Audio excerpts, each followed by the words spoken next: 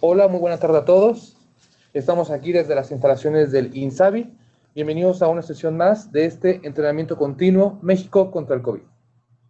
Buenas tardes a todos. Pues el día de hoy le damos la bienvenida a la maestra María de los Ángeles Sapien Vázquez.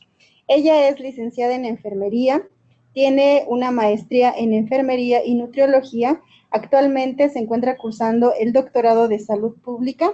Ella es presidenta de la Red Mexicana de Enfermería en la Prescripción, Asociación Civil sin fines de lucro, antes Red Mexicana de Enfermería en la Prescripción de Medicamentos, y actualmente es adscrita al servicio de puerperio complicado del Hospital de la Mujer de la Secretaría de Salud en la Ciudad de México. Bienvenida, maestra María de los Ángeles Sapien, y pues le damos la palabra para que pueda empezar con su exposición, por favor. Muchas gracias, agradezco esta invitación. Es un momento de reflexión en relación a la farmacovigilancia. Espero cumplir estas expectativas, dejar una semilla a los que ya realizan la farmacovigilancia,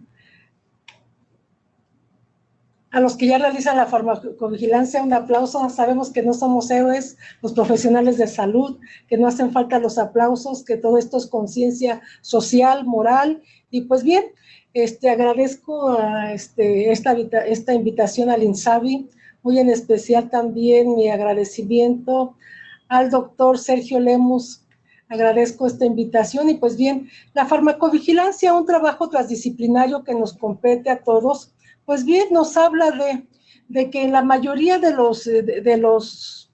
las veces los medicamentos hacen que nuestras vidas sean mejores, reducen los dolores, ayudan a combatir infecciones y controlan afecciones, tales como la presión arterial o la diabetes, pero los medicamentos también pueden causar reacciones no deseadas.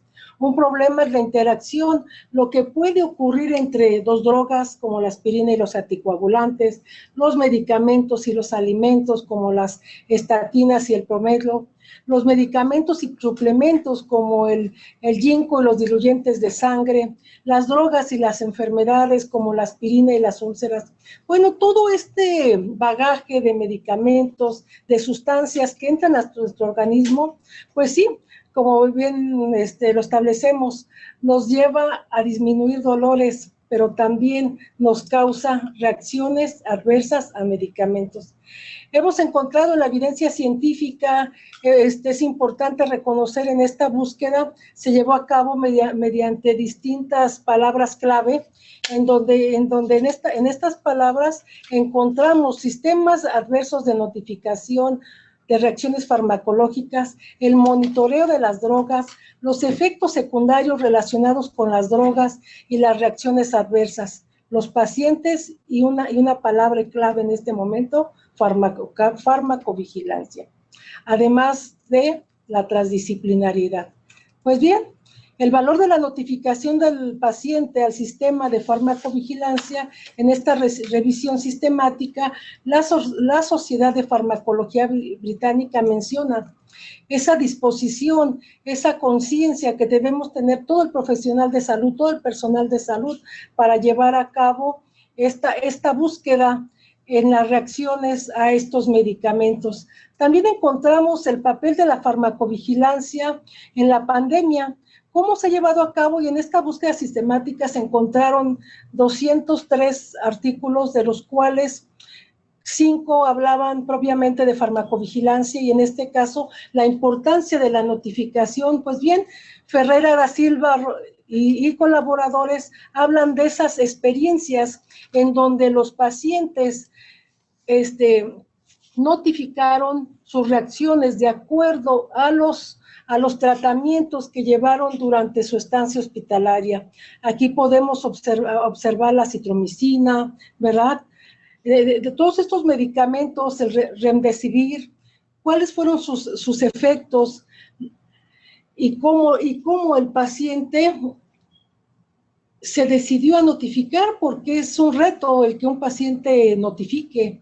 Por lo regular, esta actividad la dejamos para los profesionales de la salud, y dentro de estos profesionales de la salud, pues qué importante es hablar de qué es la transdisciplinariedad.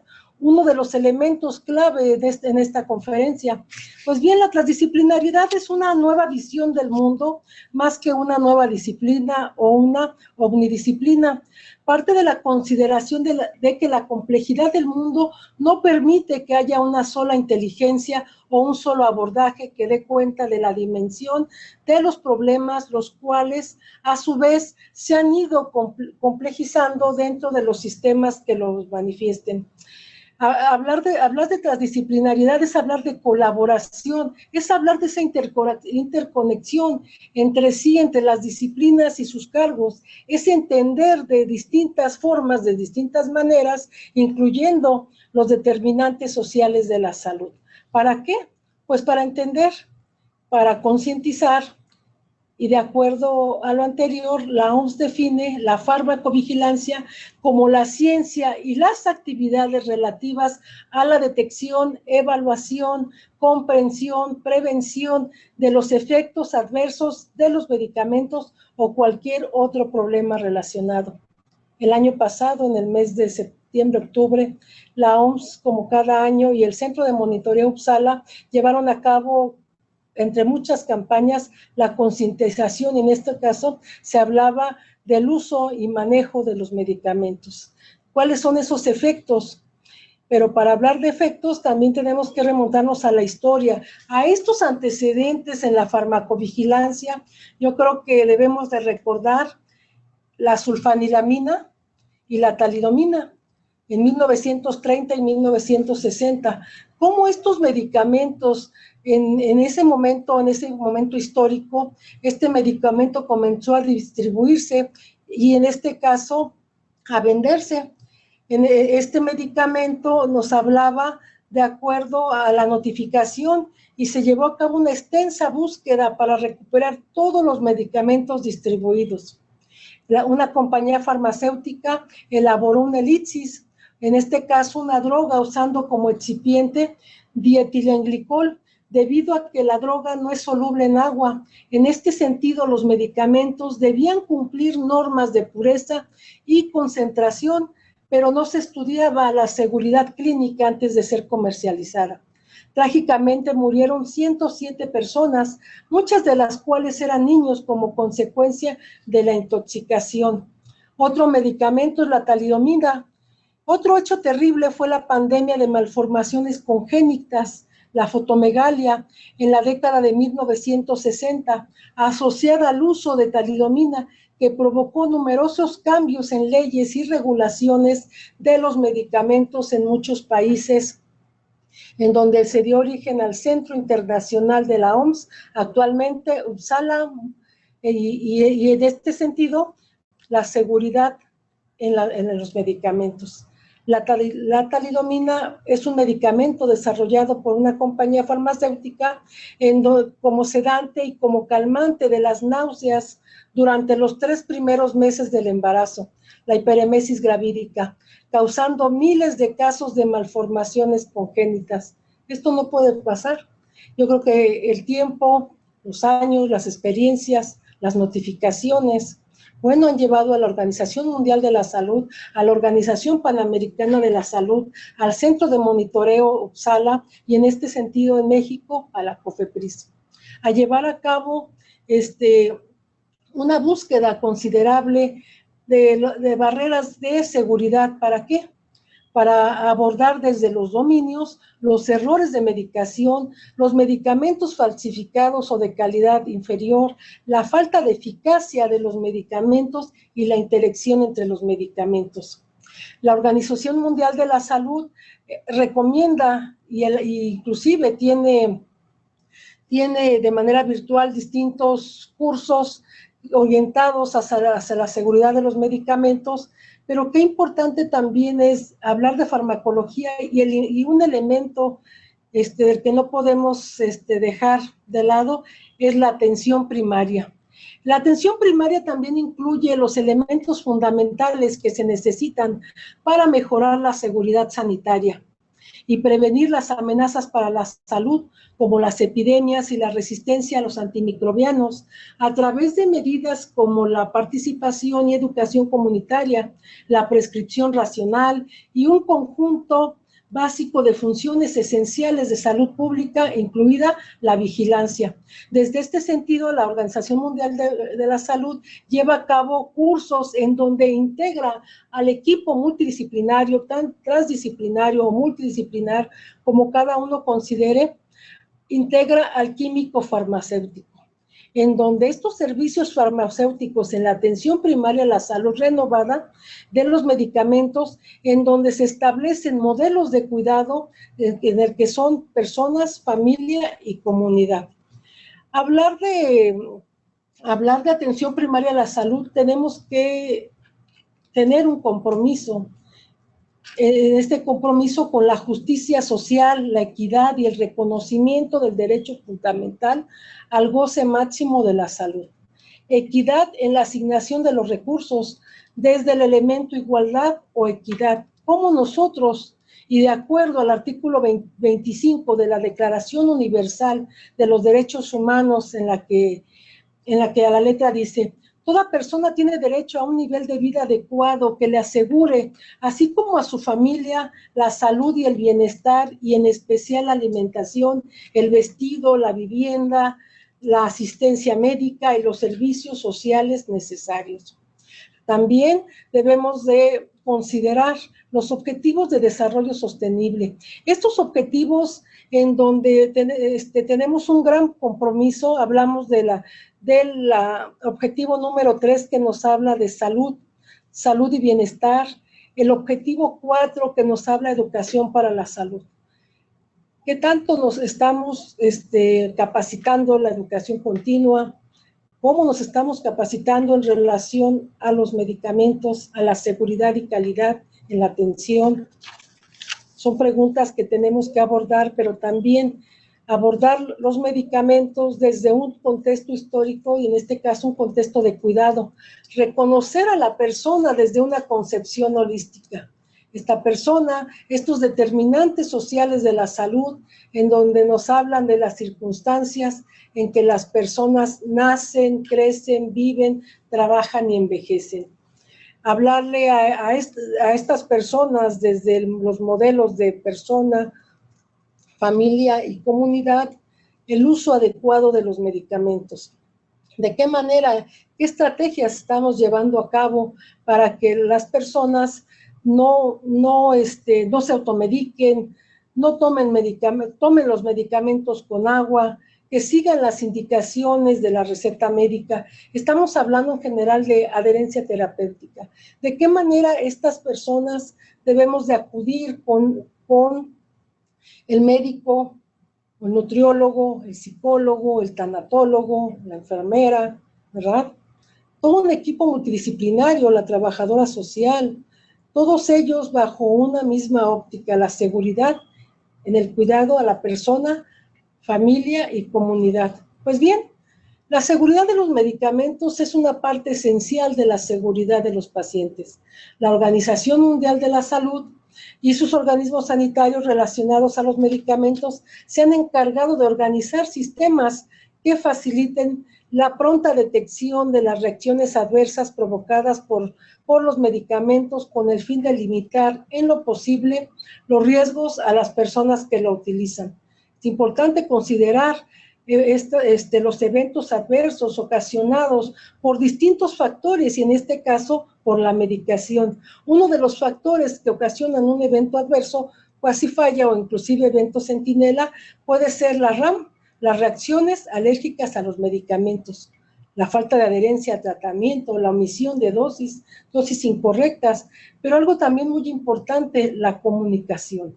La comunicación a veces como una barrera cultural, médico-médico, enfermera-paciente, médico-enfermera, médico-paciente. Todos ellos debemos de trabajar hacia el conocimiento y la aplicación de las disposiciones internacionales y nacionales, en este caso de los fármacos, de los medicamentos, inclusive de las vacunas. Ya he mencionado a la Organización Mundial de la Salud, a la Organización Panamericana de la Salud, a la Declaración de los Derechos Humanos, hablamos de la Farmacopea Internacional, la Farmacopea Nacional, la Constitución Política que nos habla en su artículo 4 constitucional. todos ellos alineados bajo un solo eje, muy importante, que es la seguridad en la medicación. Y en este momento, la seguridad inclusive en la preparación, administración, conservación de las vacunas. Pues bien, qué importante es que nosotros reconozcamos cuáles son las normas relacionadas con los medicamentos. Si bien es cierto, cada norma desde nuestra línea, podemos hablar de un primero, segundo, tercer nivel de atención, en donde de acuerdo a la OMS hay un cuadro de medicamentos esenciales. Recientemente el compendio de insumos, en donde nos habla de esas claves en cuanto a medicamentos, insumos que se encuentran en las distintas instituciones. Pues bien, de acuerdo a esos ejes de especialidad, inclusive, es que se encuentran estos cuadros de medicamentos esenciales. Hace un rato mencionaban, en el servicio de puerperio complicado encontramos como ejemplo un cuadro esencial de medicamentos de ese servicio. Qué importante es que nosotros como profesionales de la salud conozcamos ese cuadro, ver de qué manera las jefes de los servicios llevan a cabo esos recetarios colectivos e individuales y de qué manera se llevan a cabo todos esos procesos para que se establezca un proceso de medicación segura. Pues bien, como ejemplo, en las normas oficiales tenemos la norma oficial 001 que nos habla precisamente de la farmacopea nacional, ¿verdad? De los Estados Unidos mexicanos, la norma 072, una norma muy importante en donde esa norma nos habla del etiquetado de los medicamentos y en este caso es de gran importancia. La norma 220, la que hoy nos ocupa, la norma 220 que nos habla de instalación y operación de la farmacovigilancia. Todas estas normas que al final nos llevan a dar la pauta para llevar a cabo actividades sustanciales en los procesos de medicación. Pues bien, una norma que también considero importante mencionar es la tecnovigilancia. Esta es la norma 240, que nos habla de esa actividad que tiene como propósito garantizar los dispositivos médicos, en este caso, las sustancias, los materiales, los aparatos, los instrumentos empleados en el diagnóstico, tratamiento, monitoreo o prevención de enfermedades en los humanos. Esta norma 240 nos habla de la autoridad sanitaria, la industria, los dispositivos médicos y los proveedores de la atención médica que deben de ejercer una participación y comunicación activa. Pues bien, hablar de las acciones esenciales para la seguridad de los medicamentos, bueno, y en este caso para la seguridad del paciente, vamos a considerar las ocho acciones esenciales, principalmente por la que nos ocupa el día de hoy, la acción esencial 3, la seguridad en el proceso de medicación. De acuerdo a lo anterior, voy a nombrar algunas, no todas. Podemos referir la acción esencial número 3, que nos dice, la gestión de la medicación abarca el sistema y los procesos que emplea una organización para administrar farmacoterapias a sus pacientes, lo que requiere una participación multidisciplinaria y coordinada. La importancia también de reconocer en estas acciones esenciales la receta, cuáles son los lineamientos que debe de tener una receta médica. En este sentido, son la impresión, el nombre y el domicilio, el nombre completo y la cédula y firma autógrafa del quien prescribe, la fecha de elaboración, nombre completo del paciente y fecha de nacimiento, nombre genérico del medicamento, dosis y presentación del medicamento, frecuencia y vía de administración, duración del tratamiento, indicaciones completas y claras para su administración. No debe de tener correcciones que pudieran confundir al personal, al paciente o al farmacéutico. No se deben utilizar abreviaturas en dosis, diagnósticos o indicaciones. Considerar que desde nuestra formación nos hablaban de los 5 correctos, los 10 correctos, los 18 correctos, los 20 correctos. Todas las barreras de seguridad para llevar a cabo una administración o preparación segura. Hablamos de un paciente correcto, un medicamento correcto, una dosis correcta, una vía correcta, un horario correcto, un registro correcto de los medicamentos. La importancia también de estos medicamentos que el paciente trae de su casa al hospital. Estamos hablando de una conciliación de medicamentos en donde todo el equipo de salud tiene que tener el conocimiento y en este caso debemos considerar las indicaciones médicas para llevar a cabo este proceso de medicación. También es importante dentro de las acciones esenciales en este sentido, los medicamentos con aspecto o nombre parecido. ¿Cuáles son las maneras, las formas, las barreras de seguridad que el profesional de salud debe de implementar para llevar a cabo esas alertas visuales al momento de prescribir o de transcribir? Estas deben de hacerse evidente la diferencia entre los medicamentos. Estas barreras de seguridad deberán implementarse en todo el proceso de medicación, haciendo énfasis en los subprocesos de prescripción y almacenamiento. Qué importante es considerar estos sistemas críticos desde el manejo y uso de medicamento, en donde vamos a identificar esos riesgos asociados a cada una de las fases del sistema de medicación. Pues bien, el estándar de uso y manejo de medicamentos, este es el proceso que se emite para la seguridad y calidad en la atención del paciente. Es importante considerar que este proceso lo vemos desde el ámbito de la organización, ¿verdad? Desde el ámbito hospitalario, desde el ámbito inclusive personal. Quise poner en rojo en el estándar, porque en el estándar de control es donde se emite y nos habla de los efectos adversos con el registro en el expediente clínico de las notificaciones. Debemos de tener esos registros, llevar a cabo inclusive un proceso en cuanto a los errores de medicación. El estándar MMU, como lo plantea, es hablar de la organización y manejo, la selección y adquisición, el almacenamiento, la orden y transcripción, la preparación y dispensación, la administración y sobre todo el control. Aquí vemos la farmacovigilancia. Es importante que consideremos las políticas internas de cada institución para llevar a cabo estrategias para una medicación segura. Desde este sentido, el único que puede prescribir en segundo y tercer nivel es el médico. ¿Quiénes son los que van a notificar? Todos vamos a notificar. ¿Cómo lo vamos a llevar a cabo? Más adelante lo vamos a ver.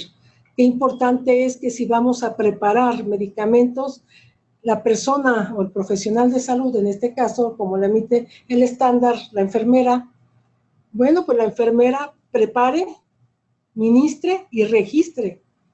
Sí es importante el trabajo en equipo, el trabajo colaborativo, el trabajo transdisciplinar, pero es importante que llevemos a cabo esa seguridad en este proceso.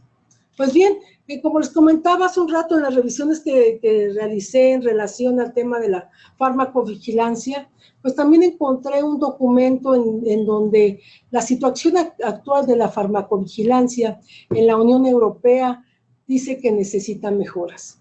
¿Cuáles son esas mejoras? Pues bien, ellos plantean la farmacovigilancia en la piedra angular en el seguimiento de los perfiles de seguridad de los medicamentos. Una vez que están en uso clínico, la información recopilada por las prácticas rutinarias de farmacovigilancia permite que las medidas de comunicación y minimización de riesgos se produzcan en tiempo y forma cuando se identifiquen nuevas señales de seguridad para una indicación o producto determinado, y esta información también puede provocar acciones correctivas si se observan cambios en un perfil de seguridad durante el ciclo de vida. Bueno, pues bien, los autores, Tomás Félix entre ellos, nos hablan de distintas estrategias que han llevado a cabo, pero sobre todo nos hablan de el reto. ¿Cuál es el reto? Notificar. Como ya habíamos comentado al inicio de la presentación, la OMS define a la farmacovigilancia como la ciencia y las actividades relativas a la detección, evaluación, comprensión, prevención de los efectos adversos de los medicamentos o cualquier otro problema relacionado con ellos. El alcance de la farmacovigilancia ha crecido notablemente y ahora se considera que incluye otros dominios. Ya lo habíamos mencionado hace un rato, pero es importante volver a comentar. Errores de medicación, esa falsificación, estamos encontrando en tianguis, al aire, al sol, medicamentos que no son de uso seguro, ¿verdad? Esa falta de eficacia de esos medicamentos es una cascada en donde llevamos ese mal uso y abuso de los medicamentos, esa interacción entre esos medicamentos. Pues bien, la evidencia científica nos comparte una experiencia en España de cómo la agencia española publicó un informe de los acontecimientos adversos notificados tras las primeras semanas de la administración, en este caso de la vacuna de Pfizer. Ahí ellos encontraron 374 notificaciones, de las cuales, de esas 374 encontramos trastornos generales como fiebre, malestar general, trastornos del sistema nervioso, cefaleas, mareos, efectos en el sistema digestivo, náuseas y diarrea. Estos acontecimientos notificados son solo notificaciones de cosas que han sucedido tras la vacunación, pero no son reacciones adversas confirmadas de la vacuna. Qué importante es, como podemos ver a nivel mundial, a nivel global, las notificaciones. De ahí vamos desglosando y tomando todas estas estrategias, aterrizándolas ahora en todos los países y en todos los espacios. Pues bien, en México existe un sistema de información en donde es una red. En esa red encontramos de qué manera se está llevando a cabo a nivel nacional la ocupación por cama en las distintas instituciones de salud. Es importante que nosotros reconsideremos esos semáforos en los que estamos hablando, cuántas personas se han registrado exitosamente, que ya tienen un folio, que están en espera de que se les va a indicar su fecha y lugar de vacunación. Este folio, les comparto, es el de mi papá. Nosotros vivimos en el Estado de México, en el municipio de Tlalnepantla. Ya también nos llegó la notificación de que él va a ser vacunado el domingo 4 de abril. Estamos cumpliendo con ese proceso. Yo creo que todos vamos a tener esa oportunidad. Y qué importante es todas estas estrategias que se están llevando, primeramente con el personal de salud de primera línea, con los adultos mayores, y son estrategias que al final nos llevan a tomar decisiones, la importancia de qué es una vacuna, qué contiene, cómo funciona, preguntas sobre la vacunación. Todos están buscando estrategias desde el ámbito virtual, en este caso, para que sea una vacunación libre de riesgos, todos estemos informados. Y pues bien, la COFEPRIS, la Comisión Federal para la Protección contra Riesgos Sanitarios, comenta que existen sistemas nacionales e internacionales que registran dichas reacciones adversas. En México, el Centro Nacional de Vigilancia, que forma parte de la comisión, en este caso COFEPRIS, desde el año 2001, es el responsable de recibir los informes sobre la detección de sospechas de reacciones adversas de los medicamentos, vacunas y dispositivos médicos por parte de los profesionales de salud, laboratorios, productores, las evalúan, las valora y las retroalimenta para la información. Pues bien, aquí también tenemos que los titulares de la Comisión para la Protección contra los Riesgos Sanitarios, desde el 2002 la COFEPRIS ha llevado un seguimiento, un proceso. Se inició con Ernesto Enrique Rubio en el 2002. Actualmente, recientemente, Alejandro Schwartz Pérez, en el 2021, es el nuevo titular de la COFEPRIS, en donde él y con su equipo de trabajo seguramente, bueno, pues van a llevar a cabo todas estas estrategias para una farmacovigilancia activa y efectiva. Hablar de farmacovigilancia es hablar de un sinfín de elementos. Hablar de farmacovigilancia es hablar de cuidado, de transdisciplinariedad, es hablar de COFEPRIS, ya lo mencioné, es hablar de farmacología, anatomía, fisiología, farmacoterapeuta. Debemos de conocer el Compendio Nacional de Insumos, los medicamentos esenciales, las normas oficiales, la farmacovigilancia, en este caso el medicamento, la ecovigilancia, cómo estamos llevando a cabo esas preparaciones y cómo estamos llevando a cabo los desechos de estas envolturas de los medicamentos, de las vacunas.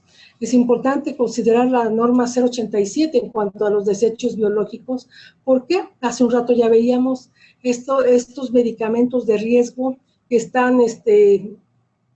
están causando un gran problema, y esto también lo vemos desde la farmacia social. Es importante reconocer a la persona desde su ámbito, desde su determinante social, para poder considerar una terapéutica, en este caso una farmacovigilancia, considerarlo desde la polifarmacia, ¿verdad? Considerar todas estas gestiones y estos factores de riesgo, inclusive las cuestiones de género. ¿Se enferman más las mujeres? ¿Se enferman más los hombres? ¿Quiénes se automedican? ¿Quiénes acuden a las consultas médicas? ¿Las mujeres? ¿Los hombres no? ¿Qué pasa con estas cuestiones de género y que al final nos llevan a buscar estrategias para la farmacovigilancia? Pues bien, emite la COFEPRIS una guía de farmacovigilancia para la notificación de sospecha de reacciones adversas y efectos adversos. Es importante que nosotros nos demos la oportunidad, quienes ya lo hicieron muy bien, quienes no, léanlo, leámoslo, busquemos estrategias para llevar a cabo un cuidado a la persona, familia y comunidad. Desde este sentido, este es uno de los formatos de aviso de sospecha que emite la COFEPRIS, en donde este documento lo podemos encontrar en la guía, inclusive podemos encontrar algunos ejercicios en estos documentos, en donde se hacía de manera física. Ahora bien, una estrategia que actualmente tiene la COFEPRIS es el instructivo para el uso, el reporting para los titulares de registro sanitario o sus representantes legales, instituciones o establecimientos donde se realicen la investigación para la salud, la distribución y la comercialización. Este documento tiene el objetivo de proporcionar un medio de notificación para titulares de registro o sus representantes legales, como lo habíamos comentado, que en este momento no cuentan con la capacidad para notificar a través de una transmisión electrónica. Lo pueden encontrar este documento en donde el Centro Nacional de Farmacovigilancia se ha dispuesto la utilización temporal de e-reporting.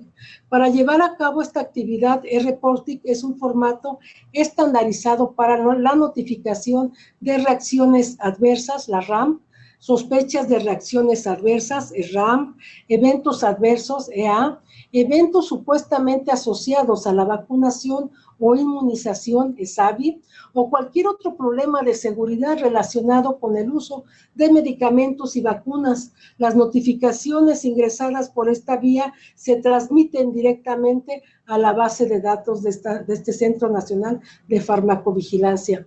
El objetivo es definir la información que se colectará y las instrucciones básicas para ingresar a esta plataforma, esta información con el formato electrónico e-reporting que utilizarán temporalmente los titulares de este registro.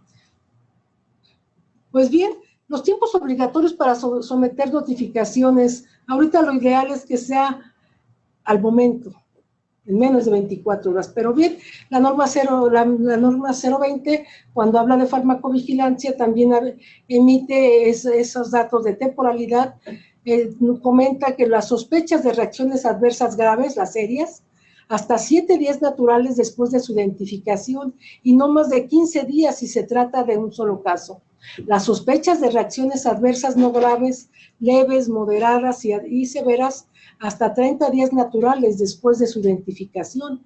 En el caso que se presenten 3 o más casos graves semejantes en el mismo lugar, deberán reportarse en un periodo no mayor a 24 horas o al día siguiente hábil. Pues bien, La norma 220, SA del 2012, ya está actualizada, ha tenido varias actualizaciones. Tenemos inclusive la actualización que se tuvo el año pasado de la actualización 2016, ahora ya está la 2012, en donde en estas plataformas de farmacovigilancia institucionales nos preguntan, ¿te hizo daño un medicamento? ¿Cómo vamos a saber si nos hizo daño un medicamento? Es importante que nosotros, hace un rato les mencionaba la norma 072, en donde es importante que leamos los instructivos de los medicamentos para conocer cuáles son los efectos secundarios normales, ¿verdad?, propios, los factores concomitantes que pueden ocasionar una reacción y desde este sentido nosotros poder observar. Llevar a cabo la notificación, es importante que nosotros notifiquemos, ya sea un evento adverso o un evento o una RAM. Existen las instituciones, comités de farmacovigilancia. Qué importante es conocerlos, reconocerlos, platicar con ellos. Existen distintas formas, ya mencioné en línea, pero también las instituciones hospitalarias llevan a cabo políticas, estrategias que se implementan con el fin de que las reacciones, y en este caso las notificaciones, bueno, pues al día se lleven a cabo esos seguimientos y que este comité de farmacovigilancia multidisciplinar o transdisciplinar lleve a cabo estrategias para una medicación libre de riesgo. Es importante dentro de todas estas estrategias conocer los semáforos los semáforos COVID-19. Desde este sentido nosotros vamos a saber cómo nos vamos a conducir de acuerdo a los lugares o a los momentos en los que nos encontremos. Estas son estrategias de farmacovigilancia, de seguridad en el manejo y sobre todo de seguridad en la atención.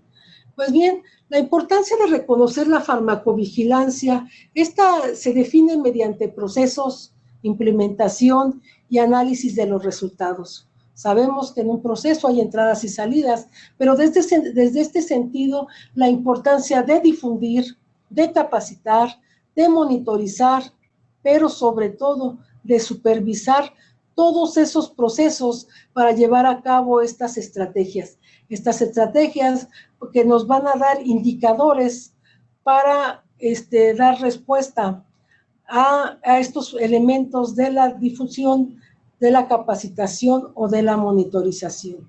Pues bien, la Alianza Mundial para la Seguridad del Paciente apuesta por la investigación en seguridad del paciente. El mayor conocimiento para una atención más segura es la investigación. Reconocer a los números. Los números nos dicen hacia dónde nos vamos, y precisamente los voy a invitar a que compartamos esta charla en donde dice: es necesario generar una cultura de notificación donde el equipo transdisciplinario, el paciente, la familia y la comunidad informen sobre la reacción adversas a los medicamentos o inclusive ahora a las vacunas, ¿verdad? Es importante esto con el fin de que en los centros hospitalarios se adopten políticas y procedimientos que reduzcan este riesgo. Cuando nosotros hablamos de factores de éxito, el principal factor de éxito para la farmacovigilancia es el trabajo transdisciplinar. Hace unos años trabajamos un proyecto, un grupo de compañeros, 43 personas, de distintas disciplinas, de distintas funciones, y dentro de ello encontramos lo importante que era establecer estas redes de capacitación, educación y difusión para llevar a cabo esta farmacovigilancia. Una ocasión en este grupo se incluían laboratoristas, nutriólogos, médicos, químicos, los farmacéuticos, trabajadoras sociales, ¿verdad? Y también se incluían camilleros. Cuando se acercó un día a mí un camillero, un colega, un amigo, él me decía: pero ¿por qué nosotros no podemos formar parte de la farmacovigilancia hospitalaria? Yo le dije, sí, claro que sí. Al momento pensé, bueno, ¿de qué manera este personal tan valioso nos va a ayudar, ¿verdad? En la farmacovigilancia.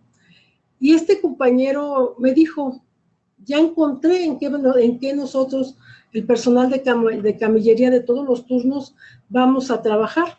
Y le dije, ¿cómo? Dice, mira, dice, nosotros colocamos las soluciones, las fisiológicas, ¿verdad? Todas las Harman, todo tipo de soluciones de electrolitos, las colocamos en un espacio, en un estante. Si nosotros algún día por distintos factores no las colocamos como debe de ser, de acuerdo inclusive ellos implementaron algunos anuncios para que la enfermera identificara rápidamente qué solución era, distintos colores, pero también ellos se dieron cuenta en su farmacovigilancia, por decir, en las unidades de cuidados intensivos, precisamente por las situaciones de riesgo en las que se encuentra el paciente, todos trabajan en conjunto y encontraron que a veces el personal de salud toma las soluciones y a veces ya está acostumbrado el lugar donde están. Dice, si nosotros un día no las colocamos, en lugar de tomar una Harman, van a tomar una solución fisiológica o glucosada. Eso es farmacovigilancia. ¿De qué manera todos los actores que estamos en una institución tenemos que buscar esas estrategias desde nuestro código función, y a veces ni siquiera desde nuestro código función, a veces son limitados, pero yo creo que aquí hablamos de actitud, hablamos de compromisos, hablamos de identificar y priorizar, hablamos de atenciones centradas en el paciente, empoderamiento del responsable de calidad, leer los propósitos de los estándares, fortalecer la cultura de aprendizaje y en este caso de notificación, y sobre todo el trabajo en equipo. Pero algo muy importante, leer. Si nosotros no leemos, si nosotros nos quedamos con lo que nos dijo la compañera, la amiga, la comadre, la tía, la prima, es respetable, pero sobre todo tenemos que leer, tenemos que buscar esas estrategias en donde nosotros debemos implementar.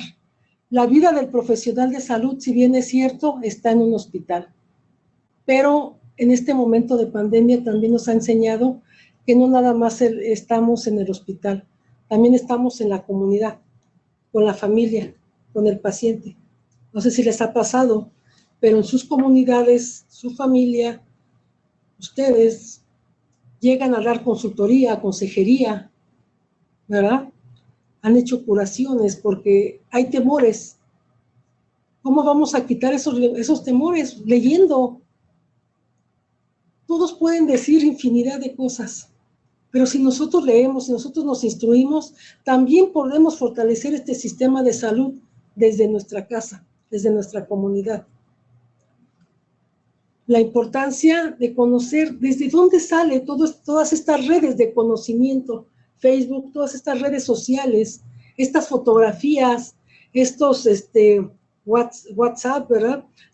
Tantas plataformas sociales en donde decimos, ¿será cierto? ¿Es? ¿No es? Bueno, precisamente la importancia que nosotros reconozcamos. En este momento, en su mayoría acudimos a Facebook. Qué importante es lo que nosotros, la familia y la comunidad, está observando desde esas redes sociales. ¿De qué manera se están buscando esas estrategias desde estas redes sociales para implementar esta conciencia social? Y desde esta conciencia social, esta seguridad ante una pandemia.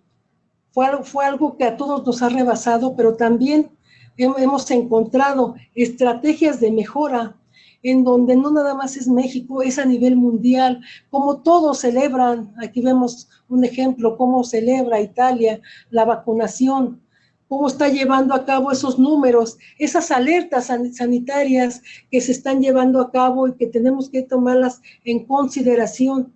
Estas comunicaciones, estas redes, donde nos están diciendo a nivel nacional las camas que están ocupadas, esa disponibilidad, esos semáforos que ya hace un rato hablábamos, los reportes de día con día de las dosis aplicadas de la vacuna contra COVID, esas reacciones, esas maneras y formas para evitar la desinformación y el miedo, la vacuna de refuerzo, el acaparamiento de las tecnologías, ver las prioridades, el crimen organizado, la distribución. Todos tenemos que trabajar por un bien común y en este caso la farmacovigilancia. Como nosotros leímos en algunos momentos otras pandemias, ¿verdad?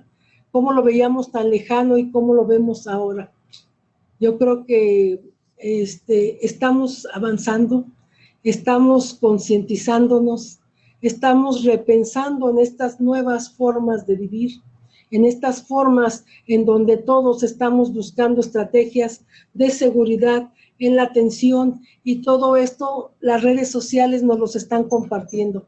Es importante que nosotros establezcamos cuántos tipos de vacunas hay, si bien es cierto qué tipos de vacunas, cuáles son las ideales. A veces pareciera que ya todos somos epidemiólogos, que todos somos médicos, no, cada uno tiene un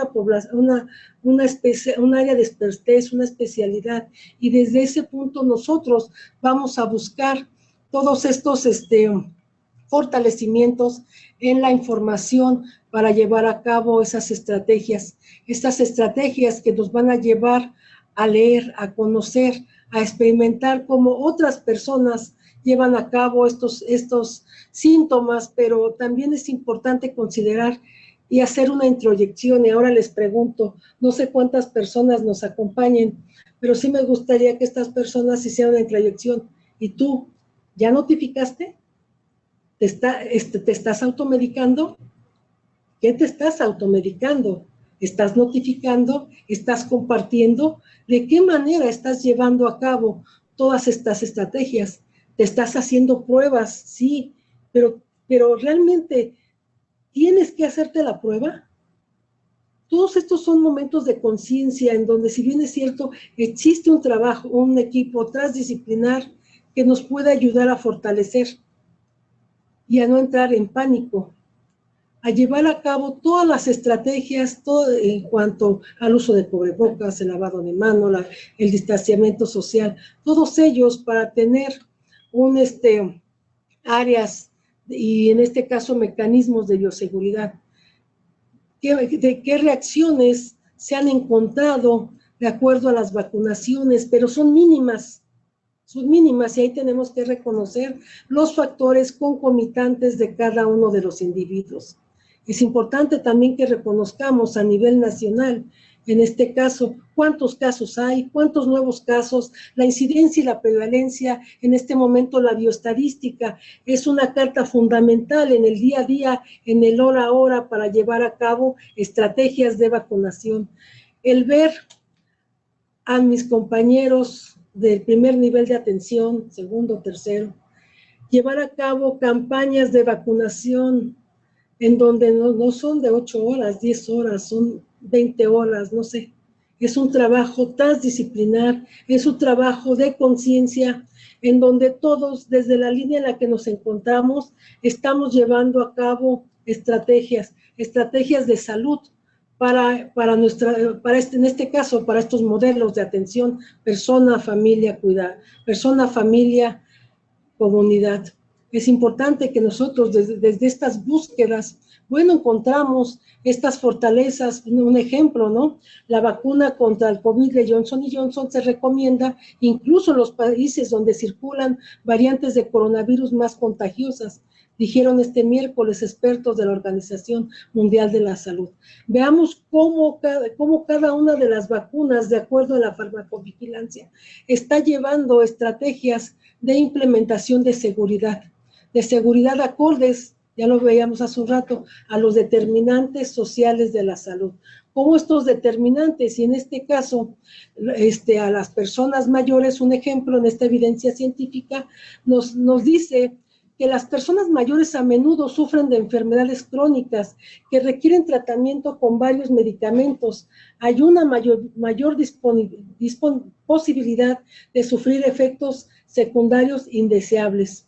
Ellos también pueden ser más sensitivos a ciertos medicamentos para ayudar a hacer decisiones bien informadas acerca de sus medicamentos y disminuir la posibilidad de sobremedicación y reacciones serias. En este caso existen fundaciones durante el envejecimiento y en este caso se toman decisiones para que, de acuerdo a la geriatría, en donde le recomienda que las personas mayores presten cautela cuando estén tomando ciertos medicamentos, incluyendo algunos que pueden ser comprados sin prescripción médica. Bueno, pues desde aquí es importante que reconozcamos, ¿verdad?, las reacciones adversas al mezclar bebidas alcohólicas con medicamentos. Estos son errores de medicación evitables. Los medicamentos y la comida, cuando no pueden ir juntos, el jugo de toronja y algunos medicamentos son una mala combinación. Los medicamentos de venta libre, conozca sus riesgos y hay que reducirlos. Mezclar medicamentos y suplementos alimenticios puede poner en riesgo la salud.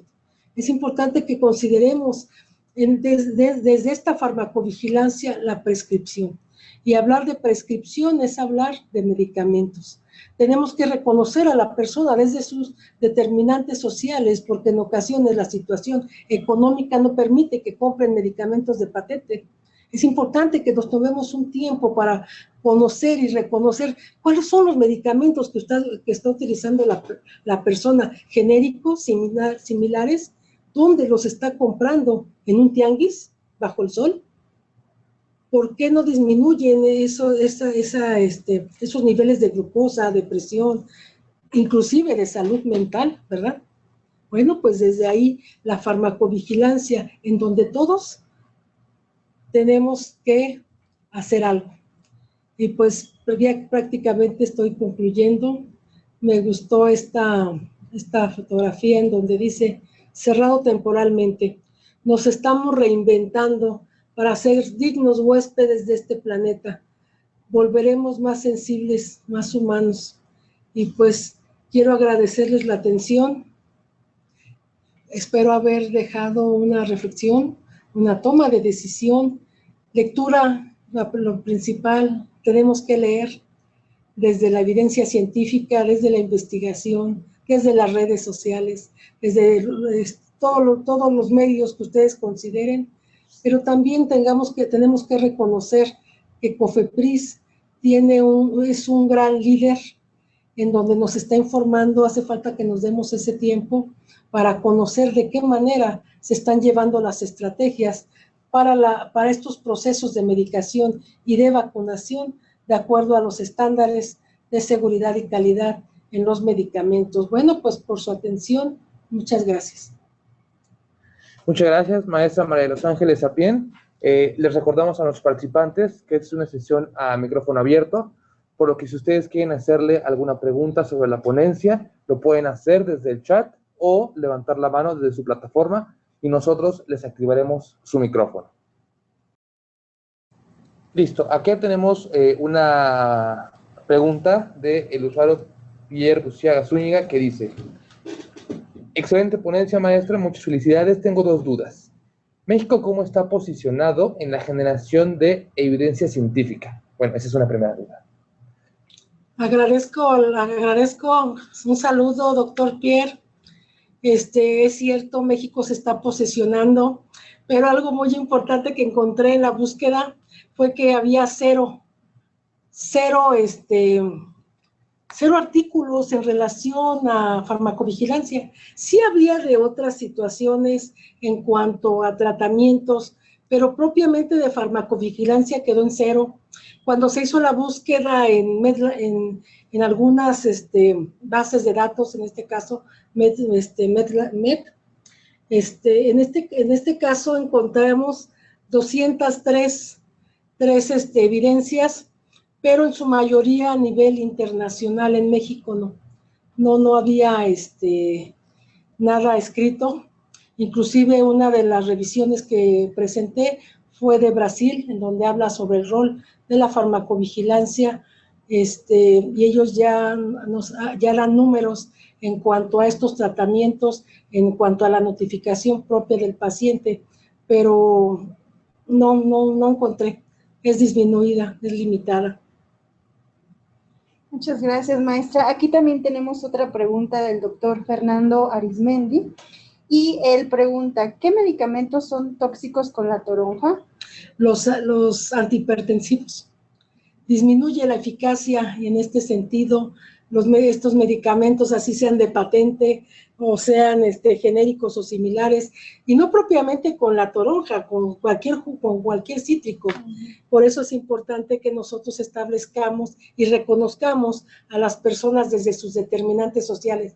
A veces les decimos, toma este medicamento con agua, pero a veces están en comunidades donde no hay agua. Tenemos que buscar, ellos inclusive comentan, es que yo tomo los medicamentos con pulque, con jugo, o inclusive sin ningún líquido. De ahí la importancia de reconocer las formas farmacéuticas de los medicamentos que prescribimos o de los medicamentos que adquiere el paciente desde su lugar de residencia. Muchas gracias. Aquí tenemos otra pregunta también de Pierre Burciaga. ¿Cómo generar la motivación para que los usuarios primarios empiecen a generar y consultar este tipo de evidencia? Preocupante con el incremento de medicamentos que se venden en áreas no seguras. Pues la principal es que si hablamos de notificación, que sea anónima y no punitiva, porque a veces buscamos más culpables cuando alguien lleva a cabo una notificación. Es importante reconocer al comité de farmacovigilancia, quién va a ser el seguidor, el que va a hacer todas estas estrategias para dar un seguimiento, una trazabilidad. ¿Cómo fue que se llevó a cabo esta farmacovigilancia? ¿Cómo fue que se llevó a cabo esta reacción? Si nosotros dejamos de enjuiciar o de emitir juicios, vamos a favorecer que estos actores primarios lleven a cabo notificaciones, los vamos a impulsar, pero algo muy importante es escribir. Tenemos que escribir, lo digo también por mí. Tenemos que empezar a llevar a cabo escritos, a compartir evidencias en este sentido, desde la farmacovigilancia, bueno, para que esto motive al resto de la población. Muchas gracias, maestra. Aquí también tenemos otra pregunta del usuario Lemus que dice, muchas gracias por su ponencia, maestra, excelente. La notificación de probable reacción adversa en el centro laboral muchas veces se acompaña de acciones punitivas. ¿Cómo podríamos contribuir para modificar esta dinámica en los centros de trabajo? Pues muchos eventos no son notificados por miedo a ser sancionados y en consecuencia se ocultan. Al no reportarse, la estadística no es confiable. Muchas gracias, maestro. Es cierto, es una pregunta que yo creo que a todos nos ha pasado, a los que hemos llegado a notificar. Parecería ya después una cacería de brujas, porque ya hasta conocen nuestra letra, y eso también nos limita. Esas situaciones me llevaron de manera personal a entusiasmarme por este tema. No tengo un cargo político, no tengo un cargo público, soy enfermera, me encanta la farmacovigilancia y a las personas que se acercan a mí, lo único que les digo, no emitas juicios, ¿verdad? Sigue notificando, esto nos va a ayudar a fortalecernos y sobre todo a disminuir esos riesgos. Hace un rato también comentaba de estos procesos, lo importante que es la supervisión, la capacitación y sobre todo leer. Y hablábamos precisamente de esos líderes gestores que tienen que estar preparados en todos los ámbitos para que esto no sea punitivo, para que al contrario esa persona sea reconocida por la situación que acaba de notificar. Yo creo que ese sería uno de los elementos, el reconocer, incentivar a estas personas para que notifiquen, no sean castigadas sobre todo. Muy bien, muchas gracias, maestra. Martín Novelo pregunta, bueno, primero le comenta, excelente ponencia, y la pregunta es, ¿cómo podemos empoderar a enfermería en temas de la farmacovigilancia? Como lo comenté hace un rato, la farmacovigilancia es un trabajo transdisciplinario. Insisto, la lectura, el conocer estos comités que están en cada una de nuestras instituciones, fortalecerlos. La farmacovigilancia es para todos.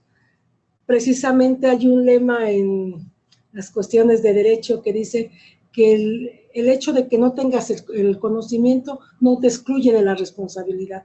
La farmacovigilancia es una responsabilidad de todos. Yo creo que en enfermería los principales actores somos nosotras mismas. No hace falta que nadie nos diga, haz farmacovigilancia. Es tu proyección, es parte de tus líneas, desde la investigación, desde la docencia, desde la administración, desde el ámbito asistencial. Muchas gracias, maestra. También nosotros queremos preguntarle si justo desde su área y en toda esta experiencia que usted tiene, sobre todo en la red mexicana, con todo esto de la emergencia y la pandemia por COVID-19, pues como sabemos, por ejemplo, el uso de antibióticos, ¿no? Que son autorizados por la Secretaría de Salud, pero que hay mucha gente que se ha atendido en consultorios particulares, y entonces, si usted ha visto o ha documentado qué ha pasado con toda, pues, esta cuestión que al final, pues, también puede tener repercusiones para la salud. Así es. El 5 de marzo del 2021 se cumplieron 9 años de la prescripción por el profesional de enfermería en México. A 9 años la red ha encontrado distintos actores no públicos que están en las comunidades, en la sierra, ¿verdad? En lugares alejados. Un ejemplo, el licenciado Eric, el licenciado Elvis, de comunidades de Chiapas, de comunidades de Campeche, del maestro José Carlos, comunidades de Oaxaca, de la sierra, en donde precisamente ahí no hacía falta que no hubiera pandemia, ellos ya prescribían, porque no hay un médico. Y si bien es cierto, de acuerdo al decreto del 2017, donde hay 23 grupos, de los cuales algunos antibióticos puede prescribir la enfermera, bueno, pues este momento de pandemia ha sido un momento de oportunidad para las enfermeras. ¿Para qué? Para que prescriban. Pero algo también muy importante que hemos encontrado como red, el personal de enfermería piensa que el hecho de decirle a la tía, a la amiga, a la prima, a la hija, tómate esto, eso no es prescripción. Prescripción es plasmar en un documento, en este caso en una receta, eso es prescripción. Ahora, la enfermera dice, bueno, pero ¿cómo voy a prescribir si no tengo una receta? También la red haya buscado esos caminos, ha encontrado varias propuestas de distintos colegas a nivel internacional y nacional en cuanto a recetas, pero la red dice, si tenemos la receta que emite COFEPRIS para el personal de salud y enfermera es parte de ese personal de salud, pues ya no tenemos que buscar el hilo negro. Tenemos que leer, tenemos que documentarnos, tenemos que hacer visible lo invisible, y tenemos que fortalecernos. De acuerdo a la OMS y a la OPS, la enfermera de la práctica avanzada del rol ampliado, en donde estas enfermeras de posgrado, de maestría, de las líneas, inclusive pues de cuidados críticos, neonatales, inclusive se habla de las enfermeras de práctica avanzada en heridas, de las líderes en terapia de infusión. Ahí estamos hablando de una prescripción de cuidados, de insumos y de medicamentos. Entonces, qué importante que es que leamos, que nos reconozcamos, que llevemos a cabo estos mecanismos, estas redes de conocimiento basadas en la evidencia científica. Eso sería. Muy bien, muchas gracias, maestra. Pues también queremos hacerle mención de todos los comentarios que están en el chat. Inicialmente y muy temprano, el maestro Carlos, aquí dice AOX, excelente ponente y líder, la maestra Ángeles Sapien, enhorabuena. Regina Carmen Rocha, felicidades maestra, una ponencia excelente, muy interesante y bendiciones para todos ustedes. El doctor Julio Suero Padilla, felicidades maestra, excelente ponencia. Rafael Valencia Armenta, maestra, gracias por su ponencia, excelente presentación. Karina García, excelente charla, felicidades maestra Ángeles. Eunice Elizabeth Alcázar, excelente tema, felicidades, mucho para reflexionar. Víctor López, excelente ponencia, muchas felicidades. Rafael Valencia Armenta, maestra, gracias por su excelente presentación. Karina García, excelente charla. Y Marlene Cervantes, gracias por la ponencia y felicidades. También aquí Guadalupe García nos comenta, felicidades, excelente ponencia, gracias por hacernos reflexionar sobre la farmacovigilancia. También aquí tenemos otra pregunta de María Huerta que dice, bueno, que le pregunta que cuál es el documento donde dice que la enfermera puede prescribir, maestra. En el decreto del 2012, en donde menciona ese adicionamiento al artículo 28 bis de la Ley General de Salud, donde menciona que la enfermera puede prescribir medicamentos. Ahí lo puedes encontrar en la Ley General de Salud, en el artículo 28 bis. Perfecto, maestra, muchas gracias. Si les recordamos a los participantes que pueden seguir haciendo sus preguntas en el chat o levantar la mano. En lo que se animan, maestra, a hacer otra pregunta, no sé si quiera sintetizar algo que no le hayamos preguntado, algo que, pues, que quiera dejarle a nuestros participantes el día de hoy, maestra. Bueno, pues el día de hoy quiero dejarles a los participantes que es un grupo multidisciplinar, transdisciplinar, felicitarlos desde la línea en la que estén. Yo creo que aquí no hay primeras líneas ni segundas. Yo creo que todos somos un equipo desde donde estamos. No somos héroes, estamos en una fragilidad entre la vida y la muerte, en donde si yo hoy me muriera, sinceramente me iría feliz. Feliz de proyectar, de ayudar y también de mí.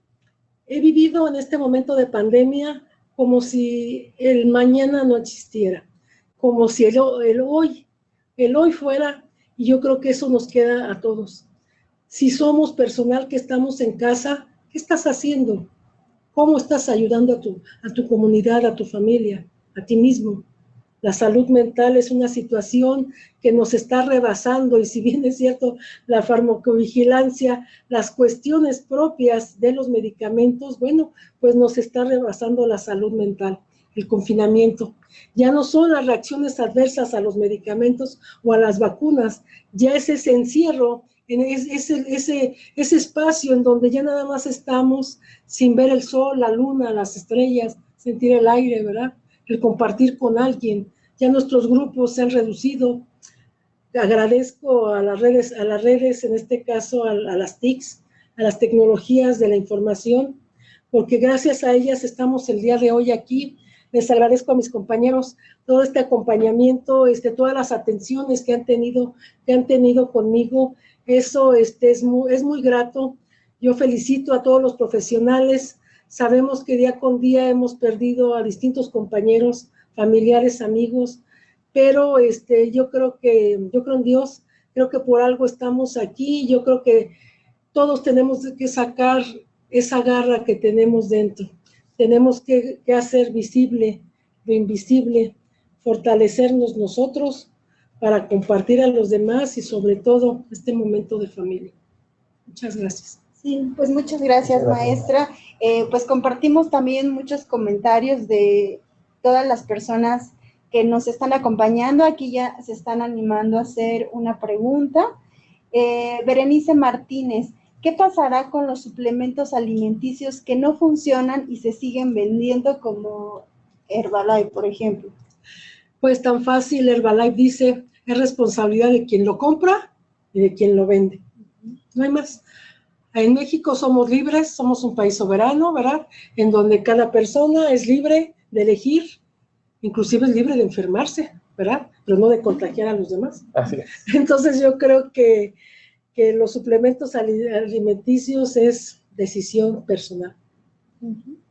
Pues muchas gracias, maestra. Pues como decía, compartimos algunos comentarios en donde pues le dan las gracias por la excelente ponencia, por compartir sus conocimientos, y yo creo que en esta sesión pues tuvimos la oportunidad, como decía usted, de reflexionar juntos de que al final la farmacovigilancia es trabajo de todos, y pues nos puso a pensar que al final como responsables y como profesionales de la salud, pues también tenemos que leer, actualizarnos en todas las normas que vayan saliendo, y y justo en esta pandemia, pues tener esa responsabilidad social de notificar, como usted bien decía, las cuestiones adversas para la salud, porque como bien también se comentaba, no siempre se hace, ¿no? Entonces, pues la invitación está abierta y pues si no hay alguna otra pregunta o comentario, pues le agradecemos muchísimo su participación y esperamos contar con su valiosa participación nuevamente. Y pues a todos los que nos acompañaron el día de hoy, les agradecemos también su presencia como siempre.